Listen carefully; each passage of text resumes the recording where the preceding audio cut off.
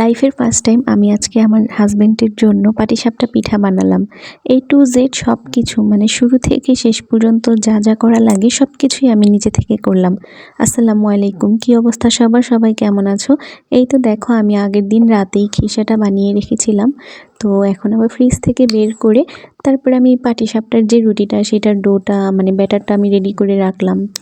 তারপরে এই যে দেখো একটা প্যানের মধ্যে অয়েল ব্রাশ করে নিলাম, এরপর পরিমাণ মতন আমি ব্যাটার দিয়ে তারপর প্যানটাকে ঘুরিয়ে ঘুরিয়ে মানে পাটিসাপটা পিঠার যে রুটিটা সেটা শেপ দিয়ে নিলাম। তারপর আমি এটাকে ঢাকনা দিয়ে ঢেকে রেখে দেবো। ঢাকনা দিয়ে ঢাকার পর তেমন বেশি একটা ওয়েট করতে হবে না, 30 থেকে 40 সেকেন্ড ওয়েট করলেই হবে।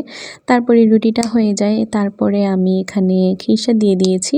খিসা দেওয়ার পরে আর ওয়েট করতে হবে না, জাস্ট এটাকে আমি রোল করে করে মুড়িয়ে নেব, বা পাটিসাপটার শেপ যেটা হয় এটা আর বলতে হবে না আমাকে, সবাই জানেন কম বেশি। তবে আমি কোনো অনেক স্পেশাল ভিডিও আপনাদের সাথে শেয়ার করছি না, জাস্ট আমি এতটুকুই শেয়ার করছি যে আমি আমার লাইফের প্রথম পাটিসাপটা পিঠা একদম শুরু থেকে শেষ পর্যন্ত বানালাম সেগুলোই।